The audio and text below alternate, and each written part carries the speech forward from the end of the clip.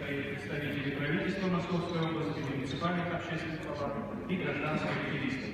Уважаемые коллеги, в столь представительном составе мы собираемся не так часто, даже Алексей Вайс сегодня прибыл с крестного хода специально для того, чтобы принять участие в нашем пленарном заседании. Да, Олегович, я вам такую историю скажу. Всю дорогу ехал из Кирова через Кострому, властей встречал по дороге, ехал, спасали песни, все перепел.